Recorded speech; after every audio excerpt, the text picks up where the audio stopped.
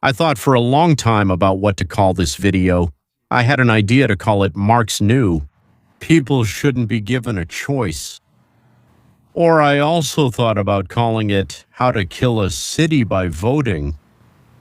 Or the Founding Fathers Foresaw Mamdani. There was also the idea, Escape from New York or Mamdani's Collapse. But in the end, I decided to call it The Island That Died of Greed. Just imagine a small island, an island city, even an island nation. There is one company on the island. It pays for half of all the island's health care, half of the pensions, all the care for children and people with disabilities, and all the island's security. One day, the islanders decided it wasn't enough. And 2 years later, the island died. This is a story with a treble or bass clef. It explains everything that's happening now in New York, San Francisco, Seattle, Chicago, and dozens of other American cities. Today, I will tell you a story and show you exactly how the Founding Fathers of America foresaw it exactly 200 years ahead. So, the island. Let's call the company that operates there simply the company with a capital C. It produces something very essential. It employs a quarter of all the working residents of the island and pays more taxes than all the other residents of the island combined. Half the island's budget comes from the company. Hospitals operate with this money. Pensions for the elderly are paid from this money. Programs for childcare and care for people with disabilities. The protection of the island's shores from smugglers. All of this relies on a single tax base. And then, one fine evening, the island's residents gathered for a general meeting. And they decided to vote. Someone took the podium and said, look, this company is making huge profits. Yes, huge profits. They'll still have plenty of money left, even if we take not 50% of their income like now, but 60%. And nothing terrible will happen, right? They're rich, but what about us? We're not rich. The residents of the island decided that justice should prevail. Hooray! The people were happy, they voted, it was adopted unanimously, and it began. For the first few weeks, nothing visible happened. The company didn't shut down overnight. The move took time. The island's hospital, which served all the residents, suddenly stopped receiving enough money, and it was forced to lay off doctors, close some departments, and limit the list of free procedures. People with chronic illnesses who used to receive medication through the island's program started being denied. How is that possible? There's no money, they said at the hospital. An elderly person like me with diabetes, for example, who for decades received insulin through a government program, well, a local one, found out that now the program only covers part of the cost. The family couldn't afford the difference. A few months later, he ended up in the hospital with complications that could have actually been prevented. And the hospital, which no longer had the same treatments, number of beds, or staff, couldn't provide help as quickly as needed. And he died. This is not a metaphor. This is budget math translated into human life. The island's residents tried to stop the company from leaving, but they were too late. The company moved out. Then they rushed to the other islands saying, well, impose the same high taxes on them so that they come back, so that they don't run to you. To which the island that took the company in said, guys, you must be out of your mind. We offered them half of what they were paying you and we're happy. And they're happy. Everyone's happy. Then the residents started going to all the other islands and saying, we're friends, we're suffering, help us. And they were told, well, have you ever helped us even once in your life? We've had tough times too. But you just locked your windows and doors, your country, your island, your rules. We don't believe you. We can only answer for the fact that you are complete idiots. When half of the tax base disappeared, the island's pension fund couldn't pay the elderly the amount they had counted on their whole lives. Pensions were cut. The elderly who hadn't worked for 20 years couldn't return to the labor market and were faced with a choice. Either save on food or on medicine or on heating in the winter. In the end, you can just sit around in coats. Well, or just wrap yourself in a sheet and crawl to the cemetery. That would be even cheaper. a child care program that allowed parents to go to work.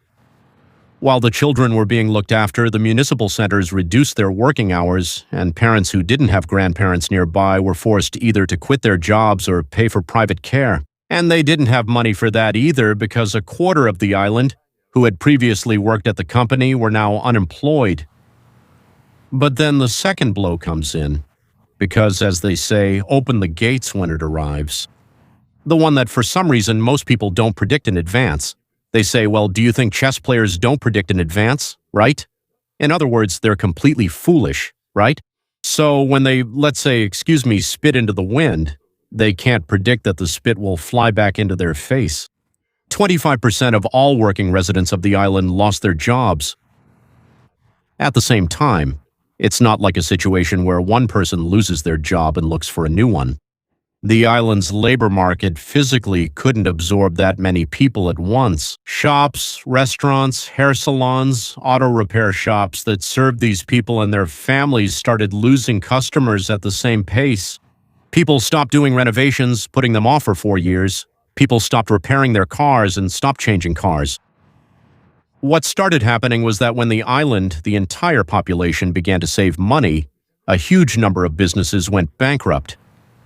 The owner of a small bakery by the factory gates, who had been serving the workers morning coffee and pastries for 10 years, closed up shop. He couldn't pay rent due to insufficient income.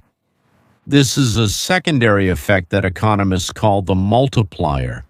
Each lost job at a large enterprise pulls several jobs in the surrounding economy with it, or a partial loss of income. The cost of housing on the island started to fall.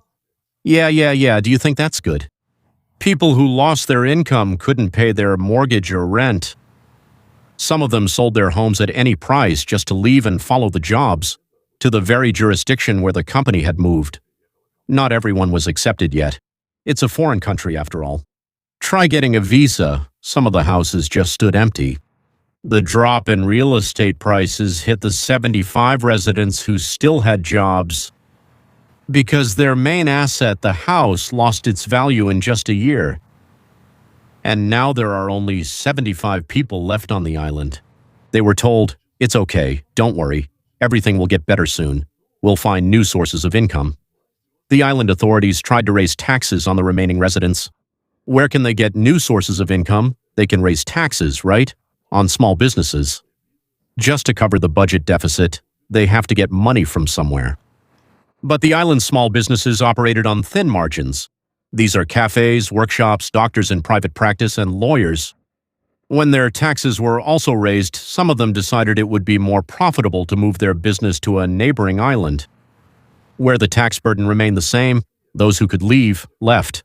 Not only the big players, the small ones started leaving too. 3 years later, the island, which was previously known in the region as a stable and prosperous state, became an example for all neighboring countries. An example of what should never be done under any circumstances. You must not raise taxes on businesses. Investors who were considering opening up land or new businesses now saw a precedent. Oh, the island imposed it. He just changed it. He imposed new rules of the game, additional taxes on a major taxpayer. That person left.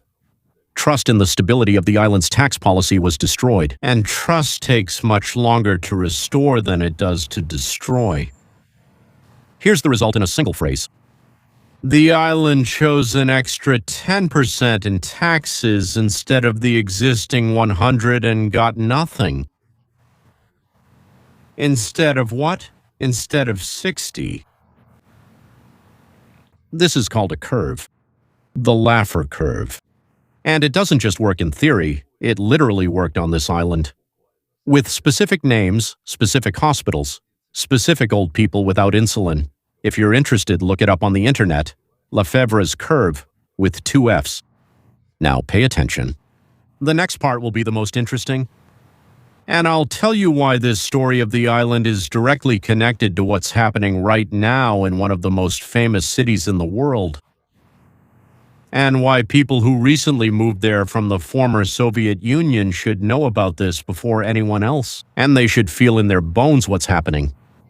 Now, a little bit about Marx, Lenin, and the possibility of escape. Karl Marx understood one thing very well, which many people forget today. He believed that socialism could not be built in a single country alone. The logic is very simple.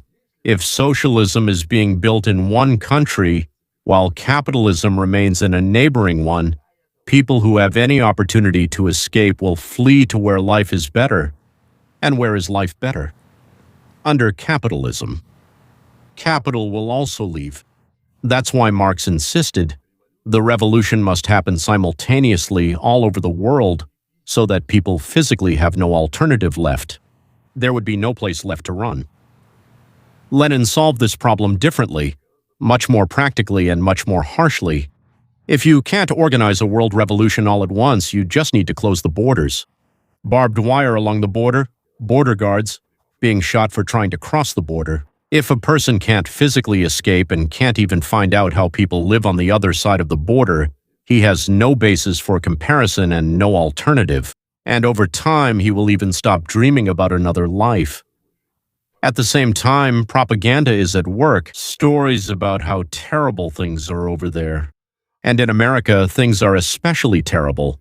Everything is just decaying, decaying, decaying, decaying, so that those who stayed behind wouldn't even want to check if it's true. That's the whole point. Any system that survives by taking away other people's property under the slogans of justice, socialism does this, fascism does this, communism, the only difference is purely terminological. It needs the victims of this expropriation to have no way out. If people can leave, they will leave. The system won't survive. If they can't, the system can exist for as long as it wants, because those who disagree are simply imprisoned or shot. We know this, right? And the rest just get used to it. But what did the founding fathers of the United States of America come up with? Thank God we live in America. And the founding fathers designed things with exactly this problem in mind. 2 centuries before it even became relevant. They built the country not as a single entity with one set of laws, but as a federation of many states, each of which retains the right to set its own taxes, its own rules, its own laws. At the same time, any person or company has the constitutional right to freely move from one state to another. A state is basically its own country, right? Why, they ask, did they do this? The authors of the Federalist Papers, especially James Madison, they wrote directly about the fear of concentration of power. In one set of hands, that's what they meant. In some center, right? If all the power is concentrated in one center, and there's no alternative. This power has no incentive to behave reasonably towards its citizens. But if there are many states, and each state competes for people and for capital, the authorities get a natural limiter.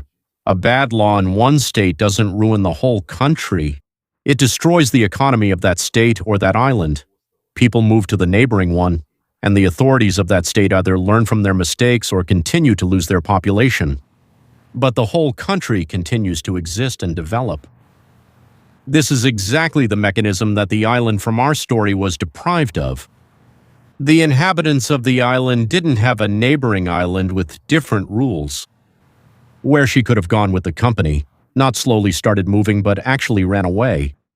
And here I promise to tell you something very specific that concerns you, Russian-speaking viewers, who either already live in America or are considering which state to build their new life in. Listen carefully because what follows are numbers, not opinions. The story of the island that I told you is not an abstraction. It's almost an exact description of what's happening in New York right now. Less than 1% of New York's taxpayers provide about a third of all city income tax revenue. Well, income tax. Well, that's basically what I said. I just used one company and 50% as an example to make it easier. Right? Here we're talking about the fact that 1% of the population provides more than a third of the city's tax revenue, that is, the city budget. The financial sector accounts for about 1/5 of all taxes. According to the state regulation, there is a concentration in one industry that no other has. A major city in the country. The financial sector. This is the capital, a global financial center. This is the very company from the island. But only on the scale of an entire city, New York. And what happens next? Goldman Sachs launched an internal relocation program, relocation. A mandatory one. Not offering, mandatory. Some managers, vice presidents, and partners have to move from Manhattan to Dallas or to Salt Lake City if they want, with the direct wording, move or look for another job. A new campus is being built in Dallas, 800,000 square feet designed for 5,000 employees. It will open in 2027. Morgan Chase. The head of the bank, Jamie Dimon, famous, legendary. He himself publicly talked about the same thing. The number of employees in New York has decreased. There used to be 30,000. Now there are 24,000. Meanwhile, in Texas, it increased from 26,000 to 32,000, and the trend continues. A slow move. Apollo, global management, how much is it? $1 billion, several billion, considering setting up a second headquarters in the Sun Belt. ExxonMobil, which was in New Jersey and is already not in New York. 144 years, 144 years. Since the times of Rockefeller, right? Gradually moving operations to Houston. Houston is in Texas. In just 1 year, New York City lost thousands of businesses. That moved out of its borders. New York has been in last place for the 5th year in a row. The last 50th place among U.S. states in the Tax Competitiveness Index. In all other states and cities, it's better than there. Naturally, people are fleeing from there. This is happening under the new mayor, who came in with a program to raise the corporate tax and the income tax on high incomes. And this is with a budget deficit, which different sources estimate at between $5 and $10 billion. Well, right now, definitely within the next 2 years, the logic is the same as on the island. Look, they still have a lot of money left. Let's take a little more from them. Nothing terrible will happen to them. They'll survive it. They're rich, right? And every time the logic of the island is applied to a living, working city, the result is predictable. Because capital and talent are not nailed down. They are mobile. Well, like water, they flow where there is less resistance, at first slowly, and then faster and faster and faster. There you go. Now, not only Mamdani. Now Mamdani's team has grown stronger. 3 new faces in Congress from New York. The story of New York is not over yet, gentlemen. Just because a mayor was elected. I don't know about socio, there's the psychopath communist, the machist. June 23, 1926. The primaries took place. Primaries. Primaries – это Elections within the party, about who to nominate for certain positions, right? In New York, everything is simple. There are so many leftists that the youth, so to speak, the youth, так сказать, bribed. People who receive large subsidies. It's not in their interest to vote for the right, who say everyone should be responsible for themselves, for their own, and so on, right? Those who live off money taken from others. If you're elected in the Democratic primaries, you're almost guaranteed a seat in Congress. So the logic of the island is now going to Washington. Mamdani nominated 3 candidates for Congress. All 3 won. All 3 are going there with their own promises, their own views, their own electoral base. Let's analyze each one without rhetoric, with facts. So there is a man named Brad Lander. So Manhattan and Brooklyn. Jewish, former city comptroller. He defeated the incumbent congressman, Dan Goldman, with 2/3 of the vote to 1/3. He called himself a liberal Zionist. But in his victory speech, he accused Israel of genocide and stated that the U.S. is paying for Netanyahu's wars with our taxes. In other words, he lied. He tried to persuade Jews to vote for him. I'm a liberal Zionist. It turned out that he is an absolutely militant anti-Semite, because he's a Jew among Jews. Well, among Turks, there are anti-Turks. Right, among Indians, there are anti-Indians. Among Jews, there are anti-Jews. Anti-Jews. So he promised to vote for the recognition of the Palestinian state and against selling weapons to Israel, that is, not to sell weapons to Israel. A reasonable move. Everything is fine. He refused money from AIPAC. When Mamdani and Mamdanin called AIPAC monsters, Lender refused not to defend this statement, not to condemn it. He said, I can only answer for my own words. AIPAC is a Jewish organization. The economic program is standard progressive, raising taxes on the rich, protecting tenants, expanding social programs. And who voted for him? We don't know. Actually, a quarter of the population is Jewish. Maybe they chose him, or maybe it was someone else. Maybe even Muslims because he criticized Israel. Or maybe it's this anti-Israel opposition that's now winning, even in the most Jewish circles. We don't know. Or maybe it's just a well-organized machine that's simply striving for power. Now Claire Valdez, that is, Brooklyn's Claire Valdez, Значит, Бруклин и Квинс. Democratic Socialist. She won there basically with the support of the Brooklyn, let's say, the president of the Brooklyn Bureau, Antonio Reynoso, with a landslide victory, 58-33. She calls Israel's actions in Gaza genocide and apartheid. In other words, she has never been there. She backed the Israeli prime minister's arrest, sponsored a law banning state nonprofits from aiding Israeli propaganda, and vowed to end preferential treatment. Деятельность. Обещала упразднить. Introduce public housing, raise taxes on the rich. Well, that's just sharp, right? Well, here's the island. And now pay attention. She directly calls American foreign policy, including Iran, Venezuela, and Cuba, a single line of reckless force in the interests of the ruling class. For your reference, in her district, 70 residents rent their homes, and a third were born outside the United States. That means she was elected not by Americans. That's exactly what she appealed to, not to the wealthy left-wing intelligentsia, but to workers and tenants, working tenants, being devoured by the housing crisis. And who voted? The mobilized ones, that means by Machina. Democratic Socialists of America, for money, of course, the best volunteer network. That means canvassing in the city. Unions, and so on. The district got the nickname Communist Corridor, and the last one, well, is brilliant. It's my favorite. Daria Liza Avila. With another one, I understand it's her husband's last name. Chevalier, I think, right? Upper Manhattan and the Bronx. Upper Manhattan is, well, let's say quite a decent population, and the most unexpected, the most radical result of the night. A 32-year-old female sociologist, an organizer of protests at Columbia University.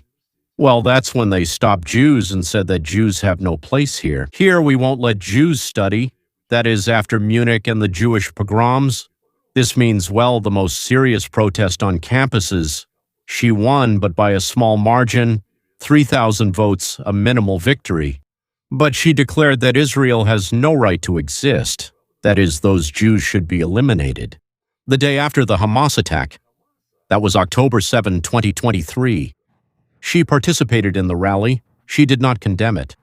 Which attack and the killing of Israelis, but celebrated it as a holiday. When a progressive organization, the Broad Democrats, asked her at a meeting if she condemned this attack, she simply refused to answer that. And instead of answering, she said, we need to attack Israel. She promised to abolish, that is, the police. Although later she partially backed away from that wording, getting scared that, they'd catch on. She will obviously become probably one of the most, or maybe the most left-wing figure in the history of the American Congress. Who voted? We don't know. She has a mixed-race district. There are many African Americans there, a lot of Dominicans, well, Latinos. A key point in motivation, a female voter from East Harlem publicly said that she changed her mind several times. But she voted for Chevalier because she got it. Support from an anti-Israel organization. That was the last straw. Because of that, she started supporting Chevalier. Many people voted like that, a radical program, and against some specific things that the Democratic Party was doing. That is, they voted against the Democratic Party for a new program. Now all three have won. Not because the majority of New York voted for them. That means in closed primaries. Traditionally, a low number of people show up. Even Mamdani himself won the mayoral election with the support of less than 7% of the entire city's population. The well-organized group won, an ideologically motivated machine, with a politically apathetic majority. That is, people simply didn't go vote. That's it. And if you don't go vote, you get the communists. This is an important lesson for those who think that most New Yorkers don't think that way. Whether they think so or not, but the ones who make the decisions are those who show up to vote. And it's the organized minority that shows up. So go ahead and thank yourselves for not going to vote. All three of them promise the same things in the economy: higher taxes on the rich, just like on the island; expanding rent control, just like on the island; public housing, that is taking away even more money; against military aid to all the countries against ICE. In other words, everything that on our island led to this, that the company packed its bags. Only now these people are not going to the city council. They are going to the United States Congress. That's where they will be voting for the tax policy, which will determine whether it will remain. Goldman Sachs. Or will you have to run away altogether from the United States of America? Now let's analyze the position of this Daria and Lisa in detail, because it's interesting. That pact, which deserves a separate discussion. Chevalier doesn't just criticize Israel and Jews, he supports progressive policies. She has a huge number of documented speeches and posts, which go much further than just criticism of capitalism. For example, she deleted her Twitter account, which contained thousands of posts and reposts supporting the abolition of the police. That is, there would be no more police under her. She wants to abolish all prisons. In the United States of America, she will vote for this in Congress, and also completely abolish the border. Anyone who wants to, come in. Besides that, she wants to seize all private property and nationalize it. All major industries of the United States of America. That is, this goes even further than the island. This is just, well, the Soviet Union, East Germany, or even North Korea. When in the summer of 2020, at the peak of the Black Lives protests, someone suggested a softer slogan than defund the police, she responded directly, "Go to hell. We will take their money away and actually abolish the police altogether. You will not water down our movement." 2 days later, she clarified, "Not police reform. This vision means a complete end to any police activity in our city and our country. No more police in the USA." You might say she's crazy. What about those 40 countries out there, which, under the same slogans, brought communists, fascists, and socialists to power? Now, the New York Times asked her, should a killer who committed an accidental killing go to jail? She didn't say yes. She stayed silent, turning away proudly. She reposted a message. Yes, abolish the border, and abolish the deportation of anyone who came here, whoever they are. A serial killer, a thief, a bandit, it doesn't matter at all. You can't deport him. This isn't your land for you to be kicking anyone out of here. That's how it is. Now, seizure of private property, nationalization of major industries, nationalization of utilities, hospitals, pharmaceutical companies, suspension of rent and mortgage payments, elimination of private insurance companies, seizure of all property from homeowners. That is, she's more radical than Marx. There you go. So when she was cornered, she avoided answering. So during a Spanish-language radio interview, she left the studio. When she was persistently asked about her past posts, she told the hosts, "Have a good day." That's it, put on the headphones, and left. All right. So why did all this happen? Not because the information didn't reach people, right? It did. People knew that she said it. And yet they went and voted for her. Interesting, isn't it? Because for a significant part of the mobilized electorate, these positions either did not become a disqualifying factor. That is, well, he says, let's take everything away from the rich. And that's fine. Let's take it away. Let's share it. Things will be better. Or these issues were outweighed by other issues like the economic program, the candidate's identity as a woman, economically, the economic program. Regarding the candidate's identity as a woman from a working-class immigrant family, Chevalier herself responded to this simply. The posts do not reflect who she is today, meaning her views. She just used to be like that for years. She used to think and post like that, but then suddenly something else came to her mind. Something different. And now she says something else. In fact, this is actually the most alarming signal in the whole story. People weren't deceived or uninformed. The point was that, but rather that for part of the culture, calling for the abolition of prisons is not a sign that a person has gone crazy. Abolishing the police, borders, stop being an automatic red flag. So they say, well, yeah, she wants to abolish the police. Well, yeah, maybe that's actually good, right? I mean, a very smart population, very smart. Yeah. The decision was made not in spite of knowledge, but with full awareness. And that changes all the assessments of what's happening. This isn't a lack of information, it's a shift in moral boundaries within a certain political subculture. To say that education itself is the reason for the loss of the ability to think would mean ignoring, probably, the engineering, medical, economic, legal, and natural science faculties of those American colleges, right? Where is such a shift? I just don't know if it exists there or not. Maybe it does. The problem isn't with education in the broad sense, but with the specific ideological climate.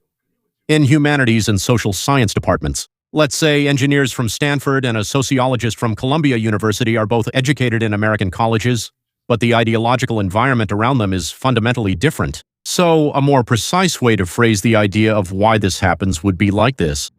The humanities and social science departments of American universities, and I'm sure it's the same in European ones as well, over the past 15 to 20 years have created an ideological monoculture where critical thinking about their own dogmas, not thinking in general, is suppressed by conformity and social pressure. It's not education that kills thinking, but rather the conformity and the visual and social pressure it creates. It's not education that kills thinking, but rather the system created in American and European education.